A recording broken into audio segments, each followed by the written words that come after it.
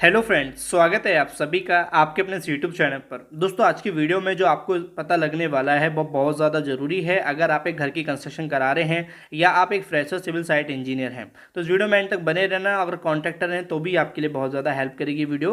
तो इस वीडियो में मैं आपसे डिस्कस जो करने वाला हूँ वो बेसिकली ये है कि जब हम एक बिल्डिंग की कंस्ट्रक्शन कराते हैं या फिर आप एक घर की कंस्ट्रक्शन कराते हैं तो अलग अलग स्टेज पर जो काम होता है, जैसे कि हमारा फाउंडेशन में पीसीसी का काम होता है, कॉलम कास्टिंग होती है, ब्रिक वर्क होता है, प्लास्टर होता है, स्लैब की कास्टिंग होती है। तो इन सभी में जो रेशो होते हैं यूज़, वो क्या होते हैं। अब बहुत लोग अलग अलग मुझसे पूछते हैं कि सर मेरे घर में कॉलम अभी खड़े किए जा रहे हैं तो उसमें क्या रेशो डालूं, या फिर वो कहते हैं कि हमारे घर में जो ब्रिक वर्क चल रहा है उसका क्या रेशो रखूं, छत का क्या रेशो रखूं। तो कन्फ्यूजन सी होती है। तो सोचा मैंने कि सभी वर्क से रिलेटेड जो हमारे मोटार या कंक्रीट बनता है उसका रेशो मैं इस वीडियो में डिस्कस कर लेता हूँ, जो आपको काफ़ी ज़्यादा हेल्प करेगी।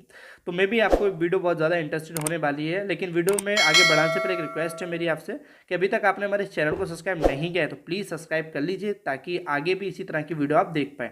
यहाँ सबसे पहले मैं आपको बताना चाहूँगा, जैसे कि हमारे घर की कोई कंस्ट्रक्शन स्टार्ट होती है तो फाउंडेशन पे हम सबसे पहले क्या करते हैं, पीसीसी। चाहे हमारी पीसीसी कॉलम की फुटिंग में हो या फिर किसी दीवार की फुटिंग भी हम फाउंडेशन बना रहे हो तो भी वहाँ पे पीसीसी की जाती है।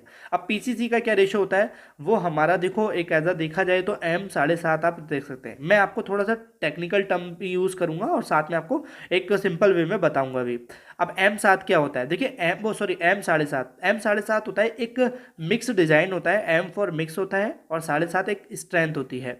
तो यहाँ पे दोस्तों पीसीसी में इतना मजबूत नहीं चाहिए होता है, मतलब एक कह सकते हैं 7.5 या M 10 आप इस्तेमाल कर सकते हैं, जो कि 7.5 का अनुपात रहेगा 1:4:8। अब 1:4:8 क्या है, देखो मैं आपको पहले ब्रीफ कर देता हूँ। एक पार्ट हमारा सीमेंट हो गया, 4 पार्ट हमारा हो गया सैंड, एंड 8 पार्ट हो गया हमारा एग्रीगेट। ठीक है, ये सिंपल होते हैं।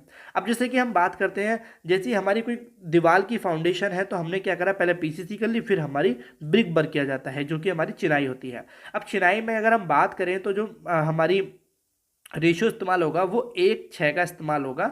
चाहे आप फाउंडेशन में मैं सजेशन करूँगा कि आप जितनी भी फाउंडेशन की चिनाई होती हैं प्लेन बीम से नीचे की, वहाँ पे आप 9 इंची की ही दीवार का इस्तेमाल करें। 4.5 इंची की दीवार कभी मत बनाना उस जगह पे। तो उसमें आपको करना है 1:6 का, यानी कि जैसे मैंने अभी बताया, एक पार्ट हमारा रहेगा सीमेंट और 6 पार्ट रहेगा हमारा सैंड। अब जैसे मान लीजिए कि हमारा प्लिन बीम तक चिनाई हो गई, उससे उसके साथ साथ हमें अपने कॉलम भी कास्ट करने होते हैं। तो कॉलम का क्या रेशो रखें, देखिए कॉलम का एक सिंपल सा रेशो है जो कि आपको ध्यान में रखना है, कभी भूलना नहीं है। M 20 एक टेक्निकल रेशो है। ज़्यादातर जो नॉमिनल हमारे डिज़ाइन बनते हैं, या कह सकते हैं कि नॉमिनल जो रेशो होते हैं हमारे कंस्ट्रक्शन में, वो हमारे M 20 ही ज़्यादातर इस्तेमाल होते हैं। तो M 20 का अनुपात क्या होता है, वो होता है हमारा 1:1.5, यानी कि 1.5 कह सकते हैं, 1:1.5 3। यानी कि मैं सिंपल में बोलूँ, जैसे मैंने अभी आपको ब्रीफ किया था, ये प्रोपोर्शन का क्या मीनिंग है, एक हमारा सीमेंट और 1.5 पार्ट हमारा सैंड एंड 3 पार्ट हमारा एग्रीगेट। अब ऐसे ही हम अगर बात करें, जैसे हमने कॉलम भी खड़ा कर लिया, प्लिन बीम में के नीचे चिनाई कर ली, अब बात आती है प्लिन बीम की या डीपीसी की। तो पहले हम बात कर लेते हैं डीपीसी की। बहुत से लोग डीपीसी देते हैं, तो डीपीसी का जो रेशो रहेगा वो हमारा रहेगा M 15।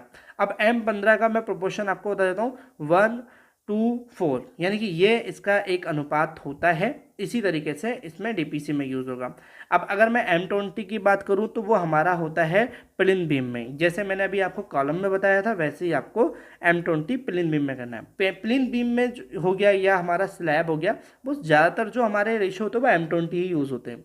अब हम बात कर लेते हैं लिंटल बीम की। अब लिंटल बीम क्या होता है, जैसे कि बहुत से लोग जानते हैं कि डोर बैंड या डोर बीम जिसको आप बोलते हैं, कि जो हमारे विंडो के ऊपर या आप देखेंगे दरवाजे की चौखट के ऊपर ये दिया जाता है। तो लिंटल बीम में जो रेशो इस्तेमाल होता है वो M 15 रेशो आप इस्तेमाल करेंगे, जिसमें हमारा रेशो मैंने आपको जो बताया था पहले भी, वो 1:2:4 रहता है। यानी ये सिंपल अनुपात में आपका लिंटल बीम की कास्टिंग की जाएगी।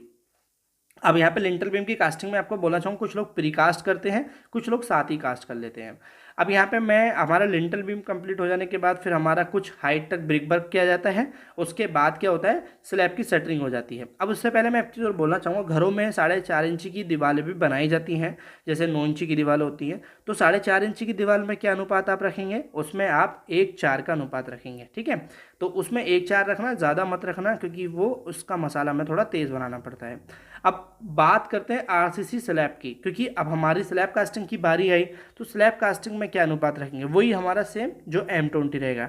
अब देखो आपको क्या ध्यान रख लेना है, M20 जो रेशियो इस्तेमाल करना है हमें, वो हमारे कॉलम में हो गया, बीम में हो गया और हमारे स्लैब में हो गया। ठीक है, ये 3 जगह तो आपको इस्तेमाल करना ही करना है M20। बाकी चाहे आप कंक्रीट में, जैसे कि लिंटल बीम की कंक्रीट हो गई हमारी, या कह सकते हैं आप PCC की कंक्रीट हो गई, उसमें रेशो चेंज हो जाता है। अब हमारा जैसे बात करें, हमारी सारी चीज़ें हो गई, शटरिंग अब खुल गई है, तो बारी आती है प्लास्टर की। अब प्लास्टर में भी तो आपको पता होना चाहिए ना, क्योंकि प्लास्टर में क्या होता है ना कि बाहर के प्लास्टर के लिए अलग अनुपात होता है, अंदर के प्लास्टर के लिए अलग अनुपात होता है। तो वो चीज़ें भी आपको डिस्कस कर लेता हूँ मैं। देखिए, अगर बाहर के प्लास्टर की बात करूँ तो आप 1:4 का रेशो लेके चलें, और अगर अंदर के प्लास्टर की बात करूँ तो 1:5 का रेशो आप बनाएं। अब दीवार के जो छत में बहुत से लोग प्लास्टर करते हैं, उसका अनुपात क्या करूँ, देखो उसके अनुपात के लिए आपको ध्यान रखना है 1:4 का। वैसे टेक्निकली 1:3 का होता है, बट आप 1:4 भी रख सकते हैं, कोई प्रॉब्लम नहीं होगी। तो देखो मैंने ना आपको क्या करा कि ये सारा ना एक सिंपल वे में आपको बता दिया है, जो कहीं ना कहीं अगर आपने नोट किया है, अगर नोट नहीं किया है तो वीडियो को प्लीज़ फिर से देख लेना, जगह जगह जो मैंने बोला उसको लिख लेना, ताकि आपको हेल्प करेगा। या मैंने आपको जो वीडियो में स्क्रीन रिकॉर्ड दिखाया था छोटा छोटा सा, उसको भी स्क्रीनशॉट ले सकते हैं। तो आई होप आपको वीडियो क्लियर हुई है। इनकेस अगर अभी भी कोई रिगार्डिंग इसके डाउट रह गया तो कमेंट में टाइप कर देना। और हाँ, वीडियो अच्छी को लाइक करना, चैनल सब्सक्राइब नहीं किया सब्सक्राइब करना, और हमारे इंस्टाग्राम पे हमें मैसेज भी कर सकते हैं और जाके फॉलो भी करिए। और जो भी आपके डाउट रहेंगे वहाँ पे आप हमसे पूछ सकते हैं।